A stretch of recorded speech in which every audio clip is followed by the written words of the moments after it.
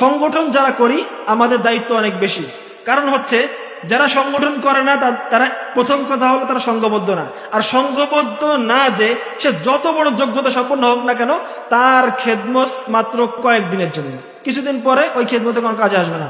কিন্তু সংঘবদ্ধ শক্তির খেদমত বা সংঘবদ্ধ শক্তির যে প্রয়াস, যে চেষ্টা, এটা দীর্ঘমেয়াদী একটা ফলাফল বয়ে আনে। এই জন্য আমরা যদি সংগঠন করি আমাদের সংঘবদ্ধতা আরো মজবুত করতে হবে, সংগঠনকে আরো মজবুত করতে হবে। 2 নম্বর হচ্ছে আমরা বাংলাদেশে সামরিক কোনো আগ্রাসন পরিচালনা করতে পারতেছি না। আমাদের আগ্রাসনটা বেশি হচ্ছে বুদ্ধিভিত্তিক।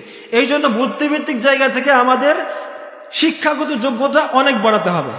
আমাদের ভৌগোলিক শিক্ষা, আমাদের একাডেমিক শিক্ষা, এরপরে আমাদের পররাষ্ট্রনীতি নিয়ে লেখাপড়া, সব কিছু আমাদের বাড়াতে হবে।